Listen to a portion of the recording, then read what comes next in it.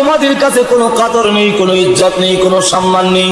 আর দুনিয়া জিফাতুন, এই পৃথিবীটা হলো সম্পূর্ণ একটা মৃত প্রাণী আল্লাহর কাছে। তোমাদের কাছে সুজনা সুফলা, কিন্তু আকামুল হাকিমিন আল্লাহ রাব্বুল আলামিনের কাছে এটার কোনো দাম নাই। এই জন্য বুশ আর কিল্টন বেঈমান কাফের খাইলেও আল্লাহ রাব্বুল আলামিন কোনো আপত্তি করে না। 2 নম্বর হলো বিবাহের বাড়িতে যত আয়োজন হয় উদ্দেশ্যকে একটু জোরে কন, আরো জোরে কন। কে উদ্দেশ্য? জামাই দামা, জোরে কন ঠিক কিনা? কিন্তু খাওয়ানোর বেলায় জামাই দেখা যায় নাকের মধ্যে ডিফা, জোরে কন আছে নি ডিফা? 1-2 লোক মাখায় ডিফা দিয়ে রাখছে। আর বর যাত্রী যারা ফ্যান পিন্দা গেছে বোতামরা একটু খুললা দেয়, যারা পাজামা পরিধান করে গেছে নিয়ে একটু খুললা দেয়, লুঙ্গি যারা পরে গেছে তারা গিরোটা একটু ওয়াশ করে দেয়, যেরকম ঠিক না? এরপরে বলে খাও দাও ফুর্তি করো, এই বাড়িটা মস্ত বড়, আগামীকাল আসবে কিনা কি বলো, যেরকম ঠিক না? জামাই কম খাক, যার সে খাওয়ার আয়োজন করা করো সে খায় কম। আর যারা নাকি যাদের জন্য আয়োজন করা করো না বরযাত্রী, ওরা খাইলো বেশি, খাইতে খাইতে গলা পর্যন্ত আসে। এটার কারণটা কি? কারণটা হলো জামাই এই কথা বলে, আমি আজকে খাবারের জন্য আসি নাই, আমি আজকে এসেছি এই বাড়ির সাথে একটা সম্পর্ক স্থাপন করার জন্য। সম্পর্ক যদি হয়ে যায় এই বাড়ির যত মুরগি আছে সব আমার ঘরে হজম হবে। আর যে সমস্ত বেঈমান কাফেররা তারা যেহেতু জান্নাতে কোনো খাবার নাই, তারা তো কোনো স্লোগান দেয়, গান গায়, খাও দাও ভর্তি করো, এই বাড়িটা মস্ত বড়, এই পৃথিবী মস্ত বড়, আগামীকাল বাঁচবে কিনা কি জানো? যেমনি মন চায় sex free, free mind, free sex, যা চায় তা বুক করো, যা চায় জনশক্তি প্রয়োগ করো, কোনো আপত্তি নাই। কারণ জান্নাতের খাবার আমাদের কপালে নাই। জোরে কন ঠিক না? ঠিক না?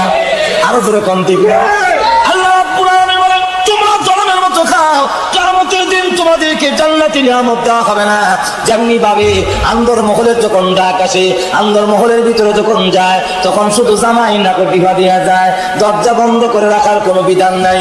আমাদের দেশে যদিও জামাইয়ের সাথে কলমধ্যে দুলাভাই যায়, হ্যাঁ শরীয়তের বিধানে নাই, শুধু জামাই যাবে, কিন্তু আবার গেলে দরজা বন্ধ করে রাখে, সালাম দেয়, এটা আমাদের দেশের নিয়ম। সিলুক গায়, আসসালামু আলাইকুম ভাই, এনে জামাই আইসে বিয়ে করতো, আপনারা আইসেন কেনে?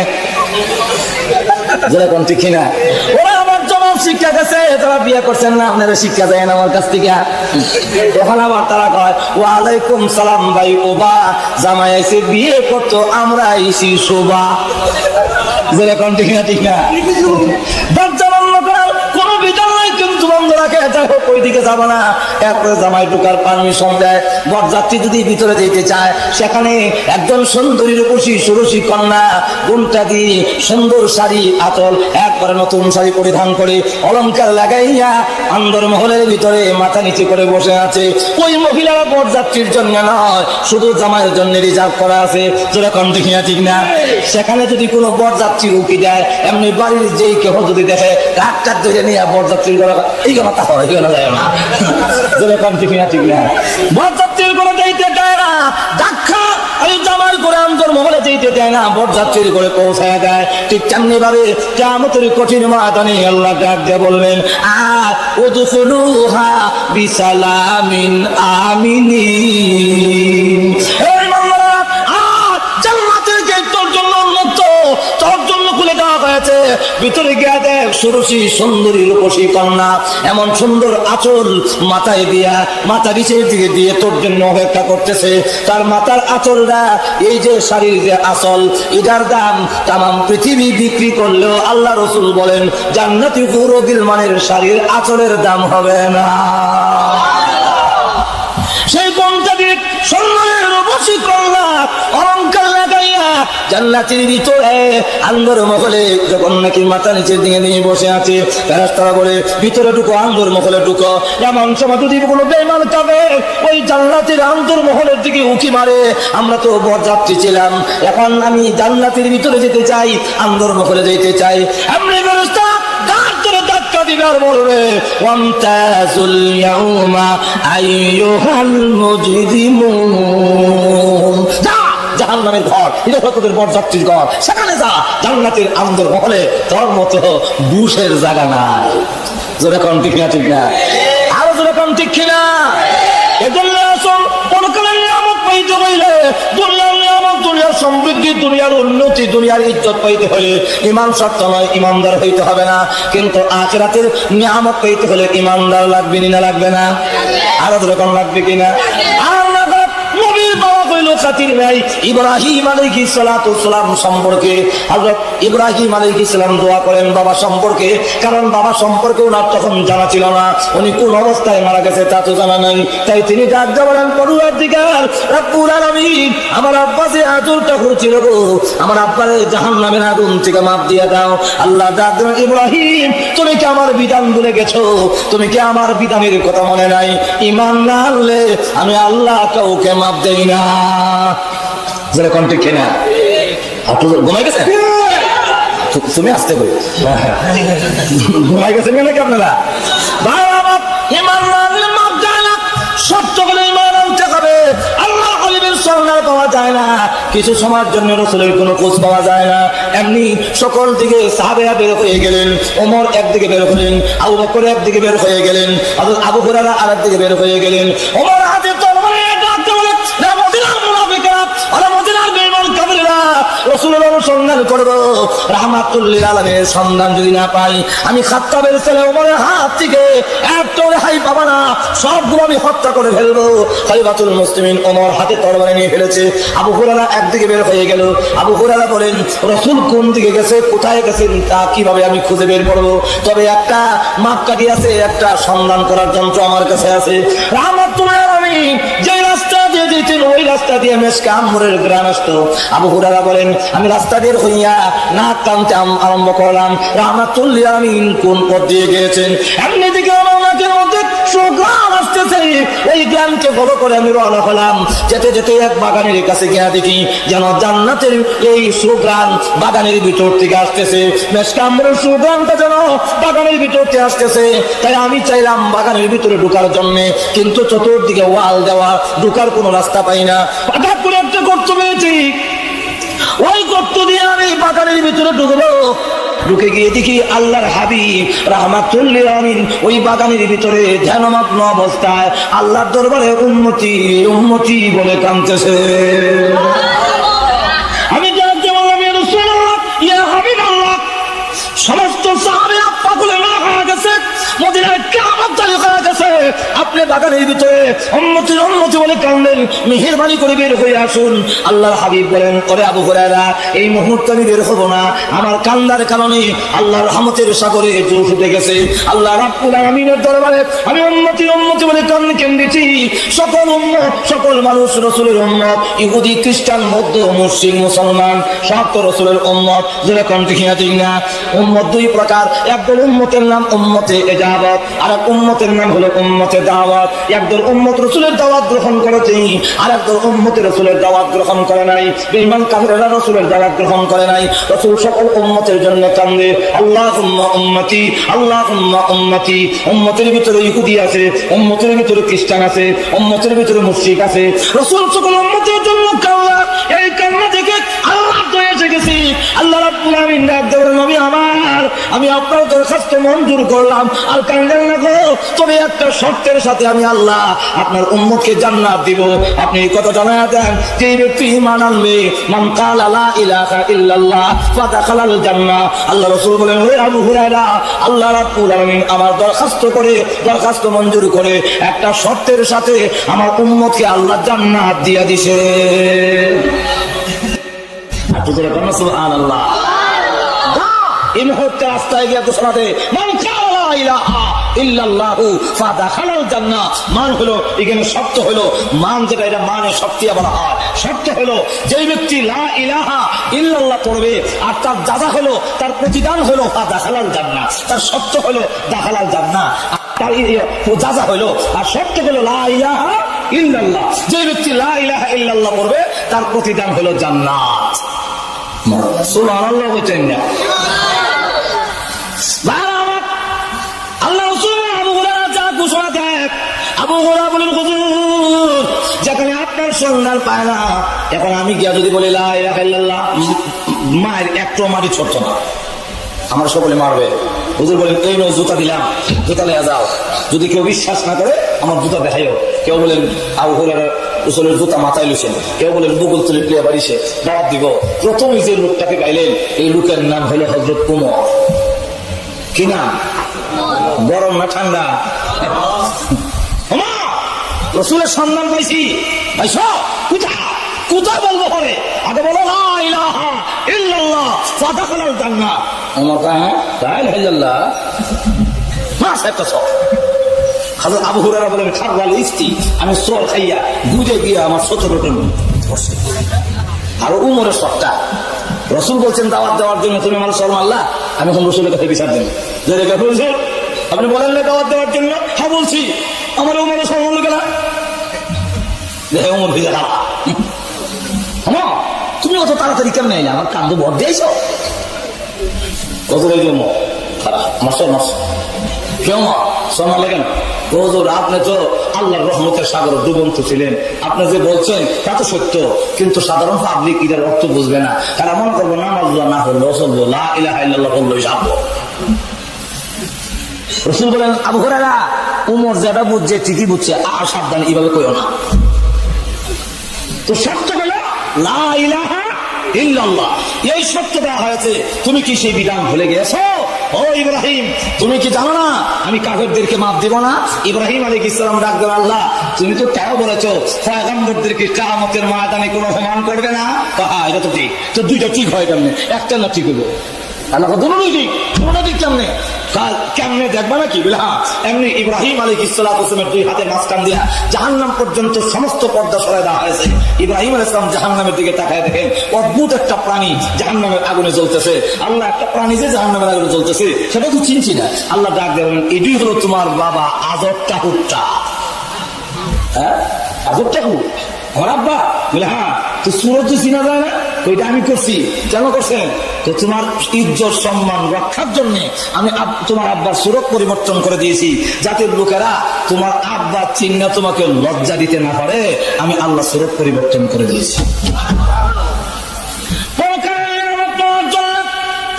শান্তি পাওয়ার জন্য আল্লাহ রাব্বুল আলামিন ওয়াদা দিয়েছেন। তাই প্রথমে বলেন ওয়াবাশশিরিল্লাযীনা আমানু ওয়া আমিলুস সালিহাত। প্রথম নম্বর হলো ঈমান যারা আনবে। আল্লাহ রাব্বুল আলামিন বলেন নবী সুবহানাল্লাহ আমার বান্দাদেরকে যারা কি প্রথমে লা ইলাহা ইল্লাল্লাহ পড়ে ঈমান আনবে, আমি আল্লাহ তাদের জন্য আমার তৈরি জান্নাত রিজার্ভ করে রেখে দিয়েছি। যাকে ছোট্ট বেহেশত দেওয়া হবে, এই বেহেশতটা হবে এই পৃথিবীর 10টা পৃথিবীর সমান। সুবহানাল্লাহ। আর উপরেরটা কত বড় বলবো নাকি? আরো যেরকম বলবো। ছোটটা বড়টা বলতে গেলে একটু সময় লাগবে, আপনার অসুবিধা হবে? আরো যেরকম অসুবিধা হবে? অসুবিধা না হলে শুনুন, জান্নাতুল ফেরদাউস কত বড়, সবটার মাপ দেওয়া সম্ভব নয়। শুধু জান্নাতুল ফেরদাউসের ভিতরে একটা মাঠ আছে, সেই মাঠটার বর্ণনা দিই। জিবরাইল আলাইহিস সালাতু ওয়াস সালামের 600 নূরের পাখা আছে।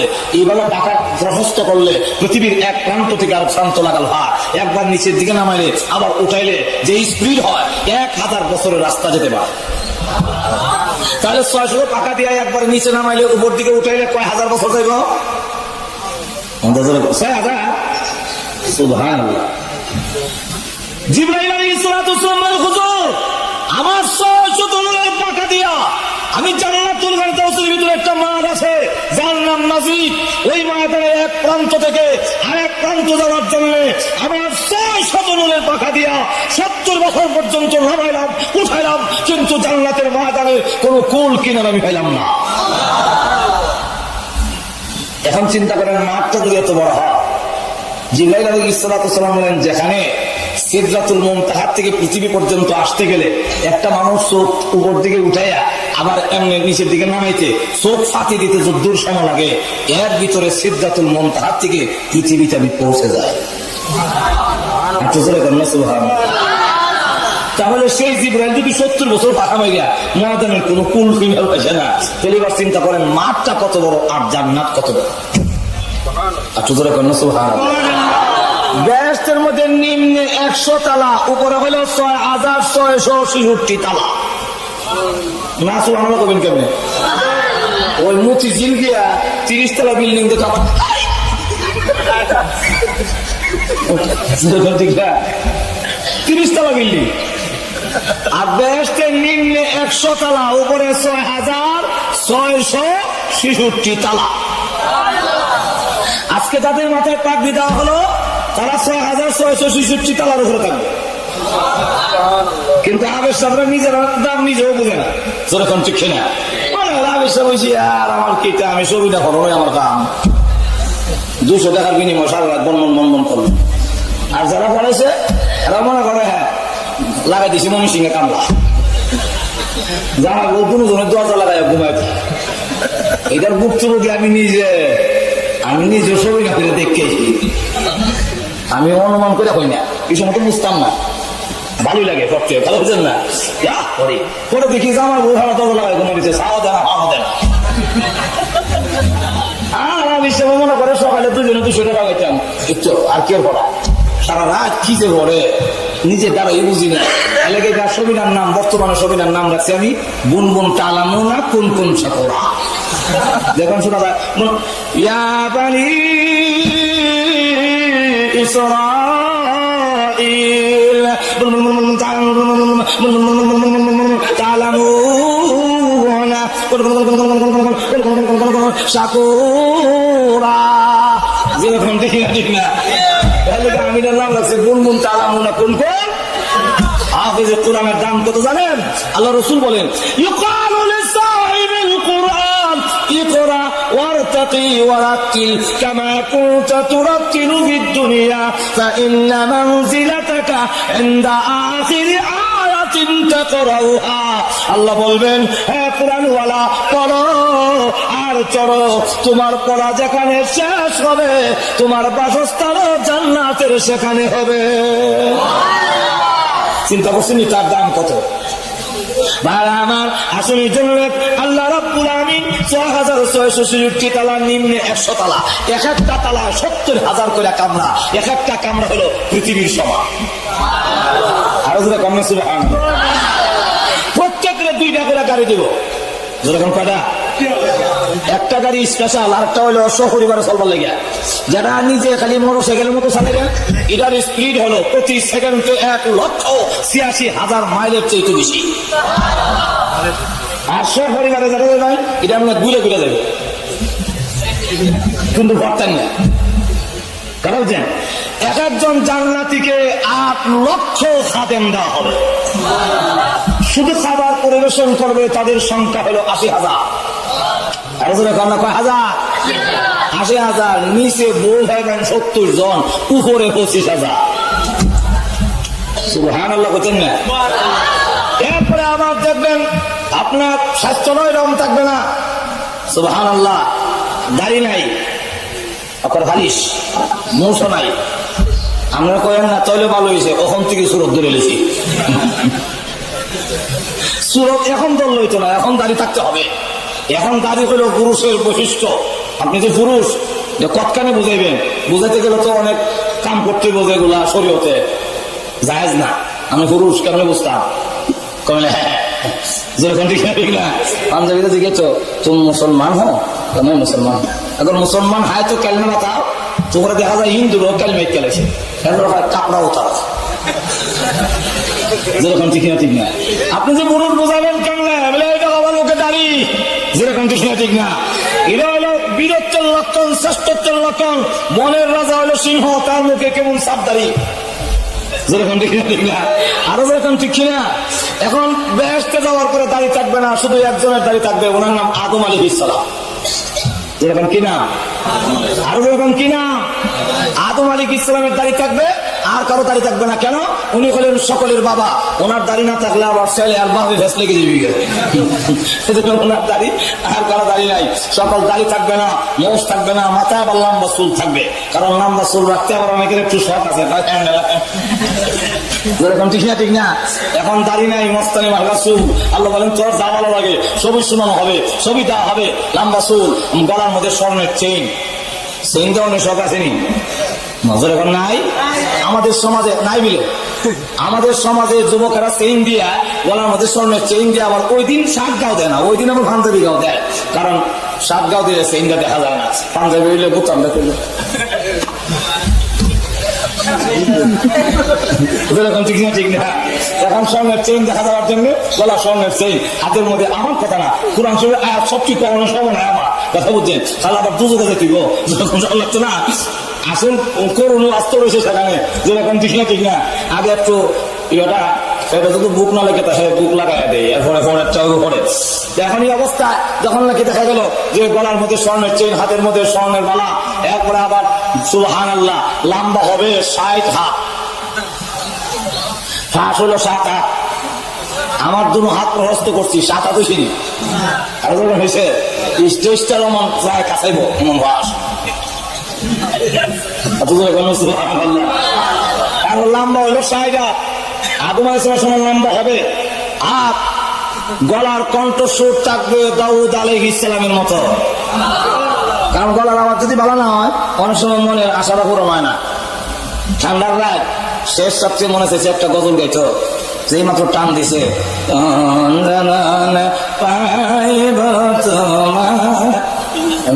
গোতা দেখো ছাগলের লাগান কেলে দেবে মানে বলার আওয়াজটা ভালো না দিকে গোতালাম না। জান্নাতের ভিতরে কণ্ঠস্বর দাউদ আলাইহিস সালামের মতো হবে, আর চেহারার রং হবে ইউসুফ আলাইহিস সালামের মতো, চরিত্র হবে মুহাম্মদ রাসূলুল্লাহর মতো। তখন তাকে এই জান্নাতে পুরুষ সুবহানাল্লাহ পুরো গিলমান তার দিকে তাকাইয়া 10 বছর তাকাইয়া বলবো এমন সুন্দর পুরুষ আর জীবনে কোনোদিন দেখছি না। বেহেশতের ভিতরে ঢুকবেন, আপনার জন্য যে এই চেয়ারটা হবে, চেয়ারটার উচ্চতা হলো আলা ফুরুশিন মারফুআ। এই আয়াতের ব্যাখ্যা রাসূল নিজে তাফসীর করেন, জমিন থেকে আকাশ পর্যন্ত উঁচা হবে স্ক্রিন, সুবহানাল্লাহ। ওর মধ্যে আবার অর্ধশায়িত চেয়ার, মুত্তাকিইনা আলা সুরুরিন মুতাকাবিলিন, এমনি অর্ধশায়িত সামনে বউ সামনে, আর আপনি চেয়ার স্বামী স্ত্রী দুজন যদি ভালো একটা বাড়ির মধ্যে, তারপরে দুজন দুই চেয়ার মধ্যে এলাম দিয়ে বইয়া প্রেম আলাপ করা যায়, ওহ কত মজা। যেরকম ঠিক না ঠিক না। এই সময় যদি আবার চাকর চাকরানি খাদেম খুদ্দামেরা শরবত নিয়ে আসে, চা নিয়ে আসে, কফি নিয়ে আসে, আই সুবহানাল্লাহ কেন শরবত নিয়ে আসে, তাহলে আরো জমে। যেরকম ঠিক না ঠিক না।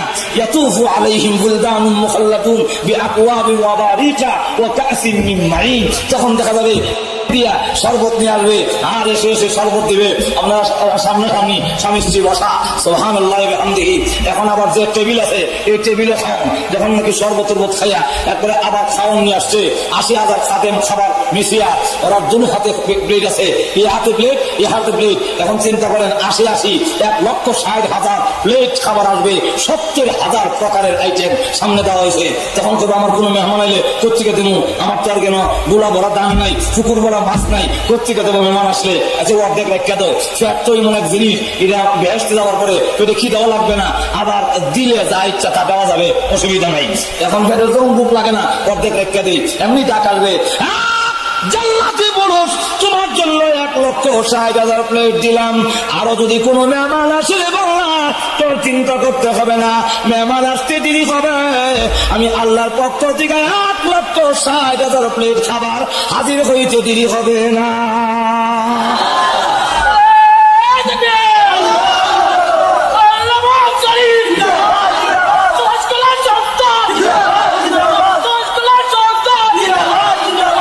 এইভাবে যখন নাকি খাবার নিয়ে আসবে সুবহানাল্লাহ 1,60,000 প্লেট সামনে হাজির।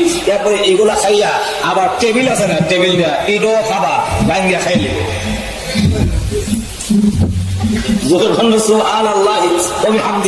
প্রথম যে বেহেশতের নাস্তাটা দিবে, এই নাস্তাটা হইলো তাম পৃথিবীর মাটির রস চিপটা ভেদ করবে, এর মধ্যে আঙ্গুর মশাতি বেদানা আম কাঁঠাল জাম সাম যা আছে সব এর মধ্যে মজা আছে।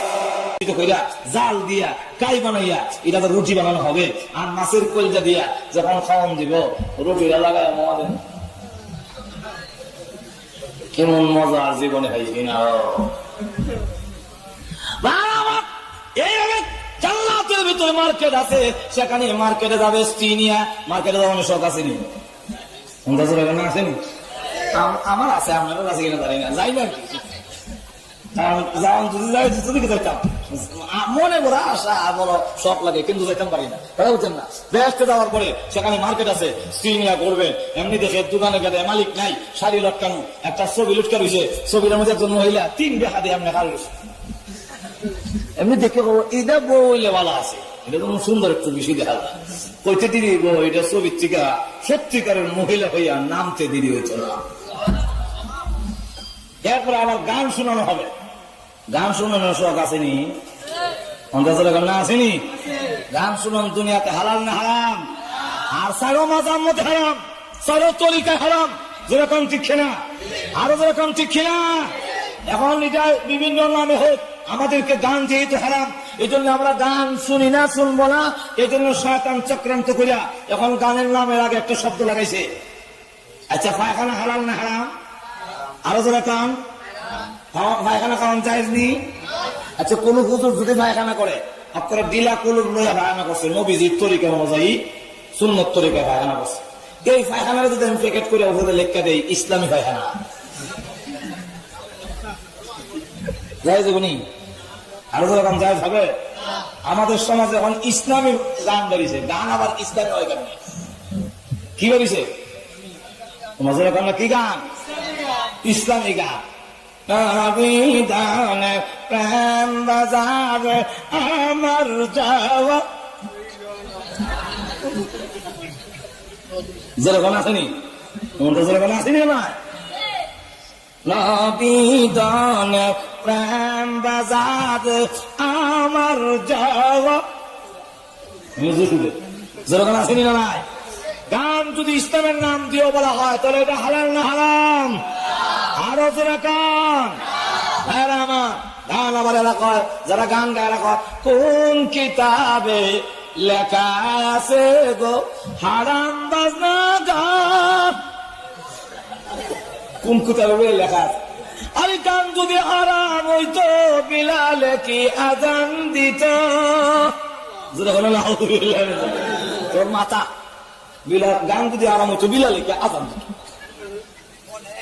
আচ্ছা, বসে গান যদি আরাম হচ্ছে বিলালে কি আজান দিত? আজানের সাথে গানের কি সম্পর্ক? কোন সম্পর্ক আছে? এই বাতিলের কাম হইটা। এরপরে আমাদের দেশের একজন গায়ক, সুবহানাল্লাহ, আপনাদের সিলেটের প্রসিদ্ধ গায়ক, তার নাম আমির উদ্দিন, আসেনি? আরো আসেনি? তার কিছু কিছু গান আছে যেগুলা ইসলামের উপরে কটাক্ষ করা হয়, কিছু কিছু গান আছে যেগুলা ইসলামের উপরে আক্রমণ হয়। কেউ যদি ইসলামের উপরে কটাক্ষ করার কথা বলে, কেউ যদি ইসলামের বিধিবিধানের উপরে আক্রমণ করে, তখন তার ইমান তাহে।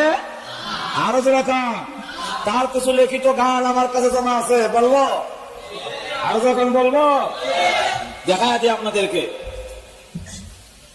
আরে মসজিদ যদি আল্লাহর ঘর হবে, নদী কেন ভাঙে?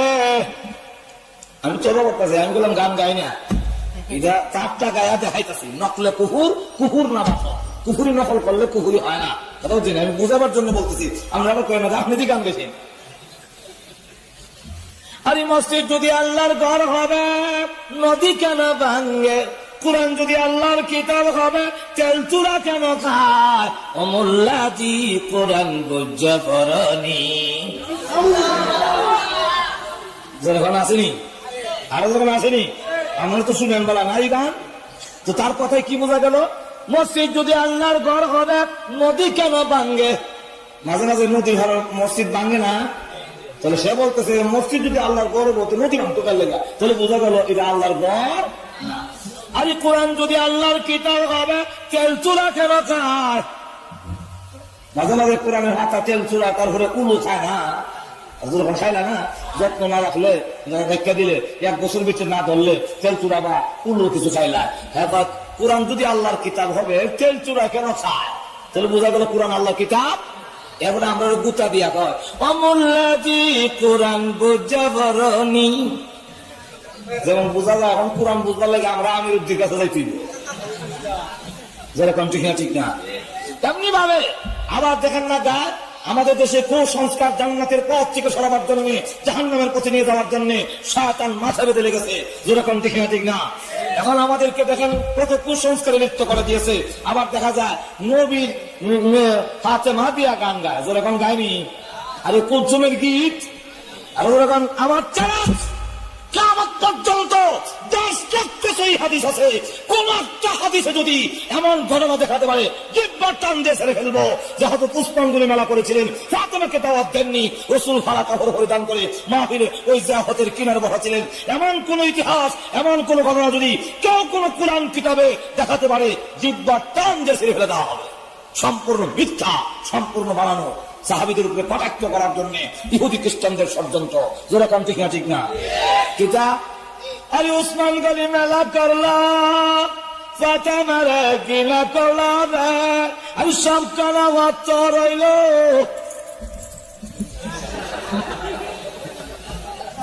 যেরকম আসেনি যেরকম আসেনি না, কোন সময় উসমান গনি মিলা করছি, ফাতেমারে ঘৃণা করে দাওয়াত দিছিল না, নবীর সাহাবীদের চরিত্র বুঝি মনে ছিল, তখন অনেক যেরকম আসেনি কিছু লোক, আর যেরকম আসেনি না,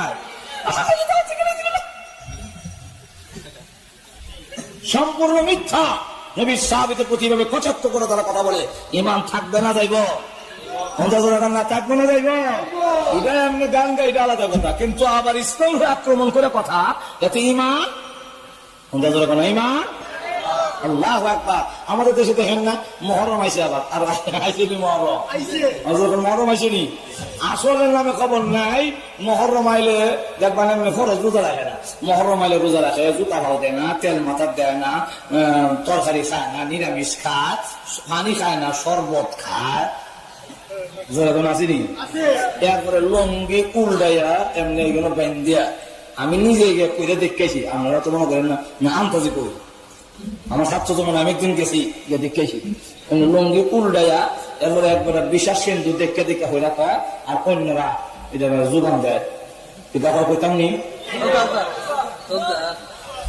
আরে কাছে মালি রলে যাইতে চাই, কান্দে বিবি সকি নাই রে,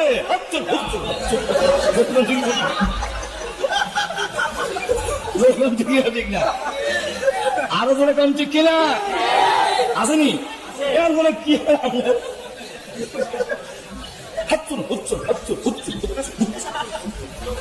আসেনি। আল্লাহু আকবার। হাসান হুসেনের নাম শুদ্ধ করিয়া হাসান হুসাইন রাদিয়াল্লাহু আনহুমা বলতে হয়, রাদিয়াল্লাহু আনহু বলে রাসূল নারাজ হয়, সে জায়গায় রাদিয়াল্লাহু আনহু কবুতরের কথা হাচ্চন হুচ্চন, যেরকম ঠিক না? ঠিক না? তাও আবার লঙ্গি উল্টাইয়া কম্বল দেখাইয়া, যেরকম ঠিক কিনা?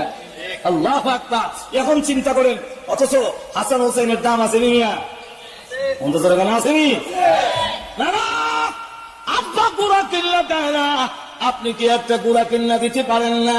আমরা দুই ভাই গুড়া দৌড়াবো, রাসূল ডাক দিয়ে বলেন, হাসান হুসাইনরা গুড়া দিব কোথেকে, আমার কাছে তো টাকা নাই, তবে হ্যাঁ আমি নবী তোদের গুড়া দৌড়ানোর শখটা মিটাইয়া দেই। ওগো না, গুড়া দৌড়ের শখ কেমনে মিটাবেন? রাসূল ডাক দিয়ে বলেন, আমি নিজে গুড়া হইলাম, আমার পিঠে তুই উঠে যা। সুবহানাল্লাহ। একটা হলো গুড়া দৌড়ানি, আর একটা হলো গুড়া দৌড়ানির শখ মিটানি। শখ মিটানি বুঝেননি? কলার ডাক কাচ্চা হাতা হলাইয়া লেজটা সামান্য রাখিয়া রশ্মি দিয়া বাইন্দা, দুই চেঙ্গে শিভা দেয়া, কলার ডাকটা দিয়া, দড়ি একটা খান্দ দিয়া দৌড়। কি কর? গুড়া দৌড়াই। আচ্ছা, গুড়া দৌড়াই না নিজে দৌড়ি? এটার নাম হলো নিজে দৌড়া গুড়া দৌড়ানির শখ মিটানি, যেরকম ঠিক না? গুড়া দৌড়ের শখটা মিটা দেয়, আমার পিঠে উঠ, আমি নবী গুড়া হইলাম।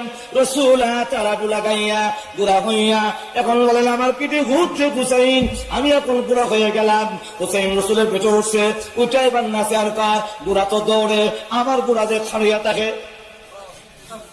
এমনি রাসূল হাবুর করে দৌড়ে। হুসাইন না বলে, না গুড়ার তো একটা লাগাম থাকে, লাগাম টানলে লাগাম না টানলে আরাম লাগে না, সব মিটে না। নবী গো, না আমার বুড়ার যে লাগাম নাই।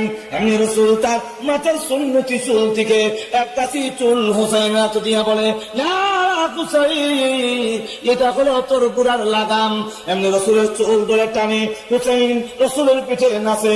এই অবস্থায় খালিফাতুল মুসলিমিন উমর ঘরের ভিতরে ঢুকছে, ঢুকে গিয়ে আল্লাহু আকবার, আল্লাহর করে যার মর্যাদা, তাম পৃথিবী যার খাতিরে সৃষ্টি করা হলো, হুসাইন রে তাকে তুমি ঘোড়া বানাইছো, তোমার ঘোড়া, তোমার সোয়ারি পৃথিবীর শ্রেষ্ঠ সোয়ারি।